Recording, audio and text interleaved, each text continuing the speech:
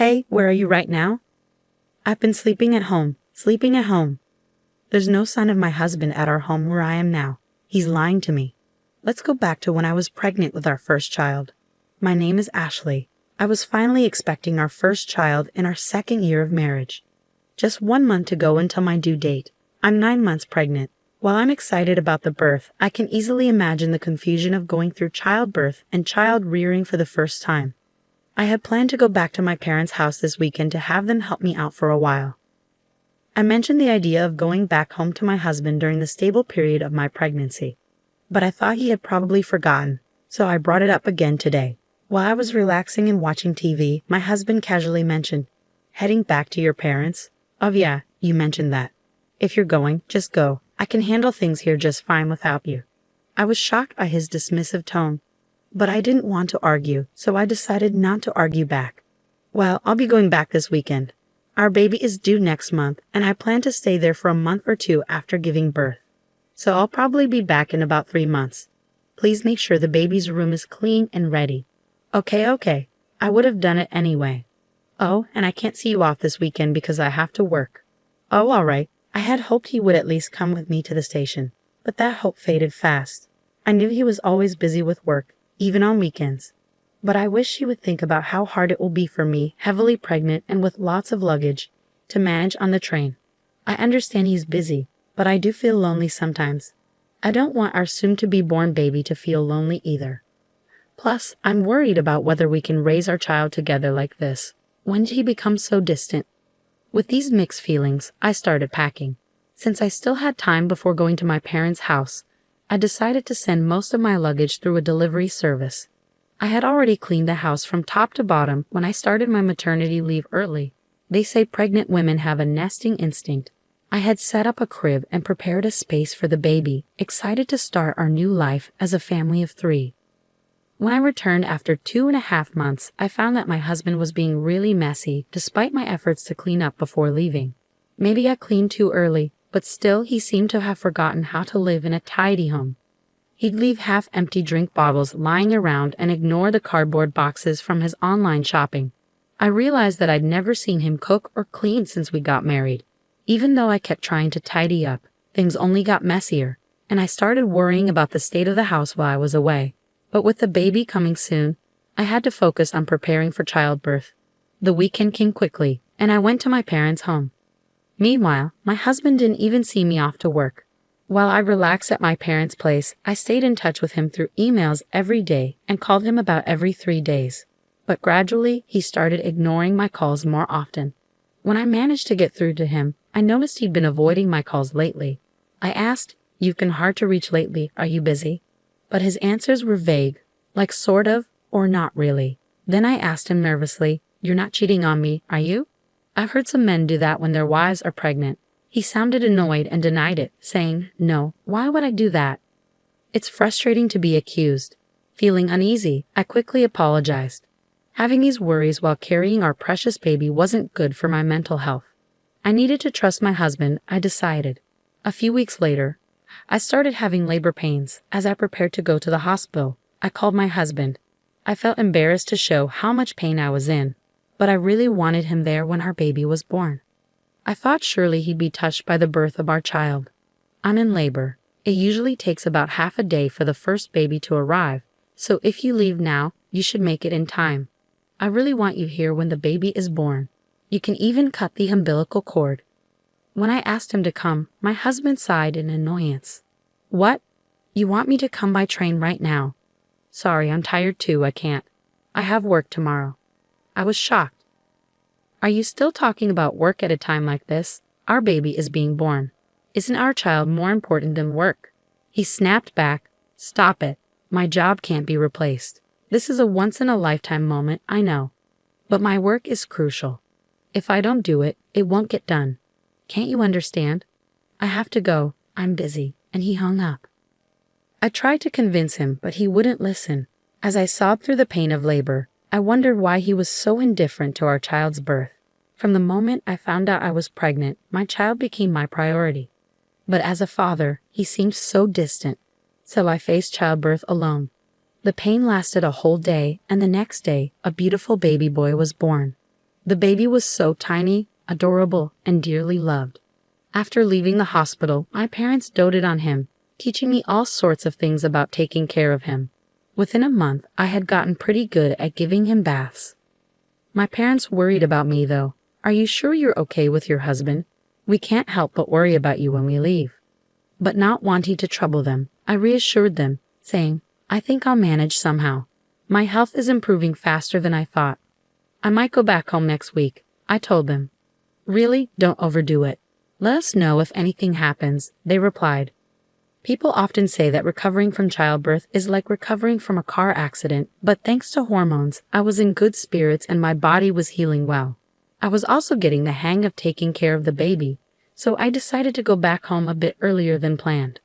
While I stayed with my parents, my husband hardly reached out, and even when I sent him photos and videos of our son, he didn't seem interested.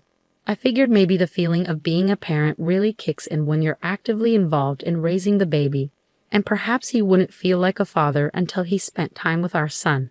That's what I hoped, at least. It kept me going. I decided to surprise my husband by having my parents drop me off at home. I didn't tell him I was coming, but he should have been home since it was his day off. I wondered how he'd react when he saw our baby for the first time. Would our baby like our home? After a few hours' drive, we got home. I held our son while my parents brought in our luggage, and I unlocked the door. But when we walked in, the house was dark and silent. "We're back a bit earlier than expected, but we're home now." "Huh, no one's here. What's that smell?" As we stepped into the living room, a terrible odor hit us. When we turned on the light, we couldn't believe what we saw. The room was a mess, like a garbage dump. Dirty dishes and half-eaten food cluttered the sink. Clothes and trash were strewn all over. And there was even moldy juice sitting out, stinking up the place. The table was covered in stains and grime. The bathroom was also filthy, with black mold in the shower and sink, and the toilet was dirty and smelly. And worst of all, the crib we had prepared for our son was filled with unused cardboard boxes and trash bags. I had asked them to keep the house clean for our baby, but this was the opposite, and I was shocked. There's no way we can live in such a dirty house, and I'm especially upset about the crib being ruined. Seriously, what's going on here? There was no way we could raise a baby in a place like this. My parents were furious and searched for my husband, checking every room, but he was nowhere to be found. Where could he be on his day off? Was he working another weekend shift? But we couldn't even confirm if he had been working those shifts before. He wasn't paid extra for weekend work, and his company followed the regular work schedule. I had been suspicious of his disappearing acts on weekends. "Let's try calling him," I suggested. Unable to bear being in the messy room any longer, I ushered my confused parents outside and dialed my husband's number. But he didn't pick up. Finally, after the third attempt, he answered. "Hey, where are you?" I asked. "I'm at home," he replied. "Why?" "Just at home," he repeated. We had searched the entire house, but there was no sign of my husband. Could he possibly be buried under all this trash? But we couldn't sense anyone there, and his voice didn't sound like he had just woken up. Then I heard a woman's voice on the phone. I couldn't make out what she was saying, but it was definitely a woman's voice. That's when it hit me. He's cheating on me. I can't believe he'd do this while neglecting our child. The house was a disaster while we were away, and he was cheating on me. I was furious. A father like him isn't needed for our son. I'm done with a husband like this. If he prefers that other woman, then he can have her. How can you live in such a filthy and foul-smelling house? Oh, I understand. Maybe a burglar broke in. I need to call the police. What? But you're at your parents' house, right? What are you saying? Suddenly, my anger boiled over at my husband's evasiveness, and I raised my voice. You're the one lying about being at home, aren't you? Stop pretending. It's completely unacceptable to let the crib turn into a mess. I'm not returning to this house. We're getting a divorce. I ended the call abruptly and quickly reported to the police about the supposed burglary, intending to confront my husband. I instructed my parents and son to head back to my parents' house and waited for my husband in front of our home. The police arrived before my husband did. I welcomed them into the house as if they were guests, and soon after, I spotted my husband approaching, accompanied by another woman. As my husband came closer, his expression seemed to say, "This is bad." I confronted him, saying, "Hey, you weren't supposed to be back until next month." "But who is she?" The woman next to him glared at me, her arms crossed. "And who are you, for that matter?" she retorted. Despite encountering his mistress, I strangely felt calm. I decided to question the woman. It turned out my husband had been meeting her without revealing he was married. I was so disgusted with him that I didn't know how to react anymore. "Hey, at least let me explain," my husband pleaded, trying to grab my shoulder, but I slapped his hand away, not wanting him to touch me. "Don't touch me. It's disgusting. The police are checking the room right now. I hope you're embarrassed having them see the mess you've made. I'm leaving now. You can explain to the police. Goodbye." Leaving them stunned, I went back to my parents' house, ignoring the numerous calls from my husband. That night, I finally decided to respond. It seemed he had explained the situation to the police, and he returned home looking troubled. It must have been embarrassing for him to see the police struggling in the messy room, but he brought it upon himself. After being rejected by the woman he had been deceiving, all that was left for him was shame and a wrecked house. "Please, I'm sorry. Come back. I've been looking forward to seeing our son," he pleaded. If he truly felt sorry, he should have come to my parents' house at least. Thinking he could apologize over the phone, and everything would be fine shows what kind of person he is. I can't imagine a future with him. Even though you never showed any interest before, you suddenly care? You weren't even there when I gave birth, despite me asking you to come several times, I pointed out. "Well, I thought you knew that I would. I'll clean up the room. I can't do household chores without you. I need you," he pleaded. I could imagine my husband growing more desperate and flustered on the other end of the line as I continued to reject him. "No matter how much you beg, it's not happening. You should have stuck with that woman. If you can't handle housework, have her do it for you," I responded firmly. "But that was just a fling. It was a momentary lapse.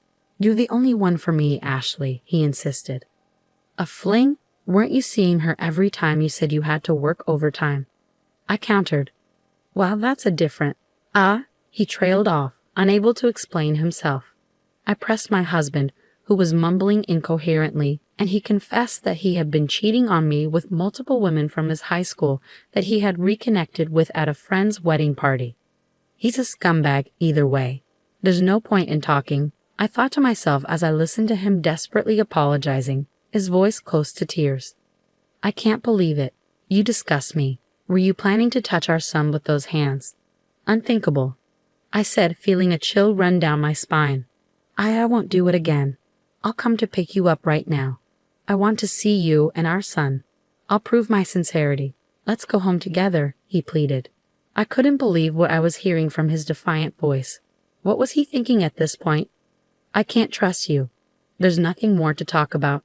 I'll raise our son on my own," I declared firmly. "Ashley, please forgive," he began, but I hung up before I could hear the rest of his words. The sound of the call ending echoed emptily in my ear, and that marked the end of our short marital life.